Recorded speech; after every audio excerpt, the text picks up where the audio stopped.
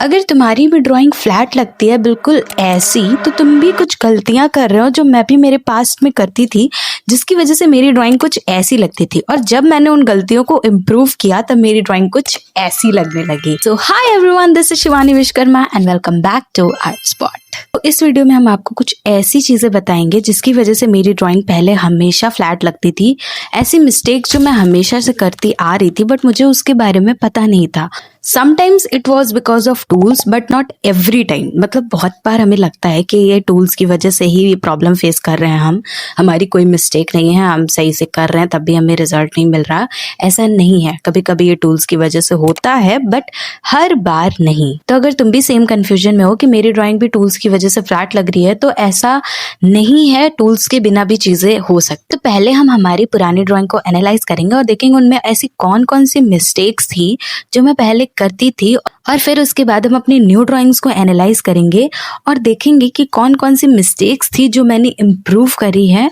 और इनफैक्ट अभी भी मैं कुछ मिस्टेक्स करती हूँ और धीरे धीरे आई होप वो चीज़ें सही हो जाएंगी। तो ये मिस्टेक्स का जानना बहुत ज़रूरी है, क्योंकि अगर आपको राइट टाइम पे राइट चीज़ों का पता नहीं चला तो आप सेम मिस्टेक रिपीट करते रहेंगे और आप डीमोटिवेट होते रहेंगे कि आपकी ड्राइंग फ्लैट क्यों लग रही है। मिस्टेक नंबर 1 ये है कि सबसे पहले हम आउटलाइंस को एनालाइज करेंगे। तो पहले की ड्राइंग की बात करें तो मैं कभी कभी फ्री हैंड बनाती थी जिसमें आउटलाइंस बनाती थी। तो आउटलाइंस मेरी बेकार ही बन रही है क्योंकि मैं ग्रिड का यूज़ नहीं करती थी, और ग्रिड के थ्रू भी आउटलाइंस कभी कभी गड़बड़ बन जाती हैं। But it is all about practice. जैसे जैसे आप प्रैक्टिस करते जाएंगे आपकी आउटलाइंस अच्छी बनती जाएंगी। ये धीरे धीरे धीरे धीरे जैसे आप ऑब्जर्व करना सीखते हैं वैसे वैसे आपके आउटलाइंस की एक्यूरेसी आती रहती है। तो इस चीज़ पे फोकस करें कि आउटलाइंस बनाते टाइम आपकी observation should be on its peak। और अगर आपको लग रहा है कि नहीं, आपको ग्रिड में भी एक्सप्लेनेशन की जरूरत है कि किस तरीके से हम ग्रिड से आउटलाइंस बना सकते हैं, तो मेरी ये वीडियो को चेकआउट करना। इसमें इसका पार्ट 2 हालांकि मैंने नहीं डाला है बिकॉज समहाउ कुछ प्रॉब्लम हो गई थी तो मैं उसको कंटिन्यू नहीं कर पाई थी। बट आउटलाइंस वाला पार्ट इसमें मैंने प्रॉपर तरीके से एक्सप्लेन किया है, तो I will recommend you should check it out, क्योंकि इसको देखने के बाद आपको आउटलाइंस बनाना पूरा क्लियर हो जाएगा। सेकंड मिस्टेक ये है शेडिंग। लेकिन यहाँ पे मैं एक चीज क्लियर करना चाहूंगी, लोगों को लगता है कि मेरी शेडिंग अच्छी नहीं हो रही है। देखो, शेडिंग रफ भी होती है, स्मूथ भी होती है, हैचिंग के थ्रू भी होती है, बट इसका मतलब ये नहीं कि शेडिंग मिस्टेक है। कहाँ पे कितना शेड करना है और कितनी वैल्यू देनी है, बेसिकली हम बात कर रहे हैं टोन के बारे में, क्योंकि टोन मैटर करता है, आपकी शेडिंग मैटर नहीं करती। आप कितना शेड करते हो वो मैटर करता है। बड़ी मिस्टेक है। पहले आप पुरानी ड्राइंग पे ऑब्जर्व करो, मेरी हर जगह पे सेम टोन है, सिर्फ डार्क और लाइट 2 ही टोन मैंने यूज किए हैं।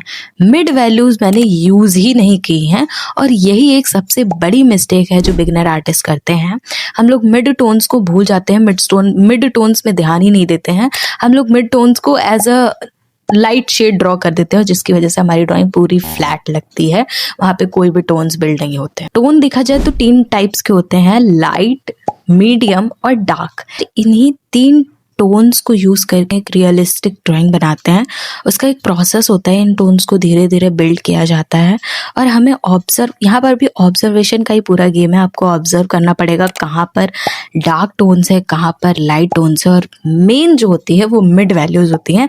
उसमें बिगिनर्स को बहुत ज़्यादा प्रॉब्लम होती है। वो इसीलिए होती है क्योंकि हमारी आई जो होती है वो डेवलप कर रही होती है, टोन्स को देखना सीख रही होती है। नहीं, आपको अगर कंफ्यूजन है कि आप इम्प्रूव कर रहे हैं नहीं, तो आप अपनी पुरानी ड्राइंग उठा के देखिए और नई ड्राइंग उठा के देखिए। अगर आपको अपनी पुरानी ड्राइंग्स में गलतियां, मिस्टेक्स कि हाँ मैंने यहाँ पर लाइट किया है, ये थोड़ा डार्क हो सकता था, ये मिस्टेक्स नजर आ रही हैं, that means you are improving. और ऐसे ही करते रहिए, आपको धीरे धीरे सारी चीजें क्लियर होने लगी। मैं तुम्हें ऑब्जर्व करना सिखा तो नहीं सकती बट स्टार्ट जरूर करवा सकती हो। तो कोई स्कैरी वाली ड्राइंग में इसमें लाइट टोन्स भी हैं, मिड टोन्स भी हैं, और उसके साथ साथ डार्क टोन्स भी हैं।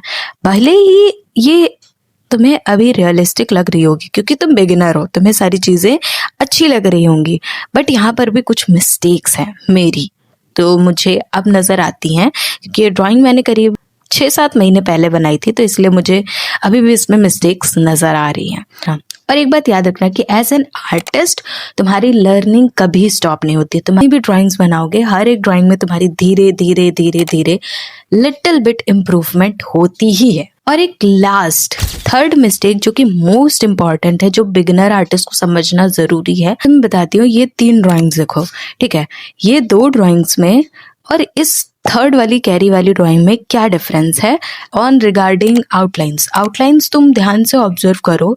जो ये 2 ड्राइंग है इसमें मैंने आउटलाइंस बनाई हैं, इसके आउटलाइंस हाईलाइट हो रहे हैं, बट जो कैरी वाले ड्राइंग है उसमें मैंने एजेस बनाए हैं। मतलब हम आउटलाइंस कैसे बनाते हैं, हम आउटलाइन बनाते हैं और एक बार में उसको ड्रॉ कर देते हैं डार्क पेंसिल से, तो वो हो जाएगी आउटलाइन। बट जब हम बात करते हैं एजेस की, तो एजेस ना काफ़ी सॉफ्ट होती हैं। अब वो मैटर नहीं करता कि तुम लाइट एजेस बनाओ या डार्क एजेस बनाओ, ठीक है। अगर हेयर के पोर्शन से यहाँ आएगा, हेयर के पोर्शन से आएगा तो डार्क एज बनेगा, तो हम डार्क एज को भी इतना स्मूथली बनाते हैं।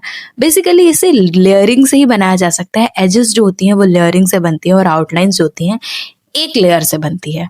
तो आउटलाइंस मत बनाया करो, एजेस बनाया करो। तुम ऑब्जर्व करो इन जगह पे एजेस बनाया मैंने और ये काफ़ी ज़्यादा रियल लग रहा है।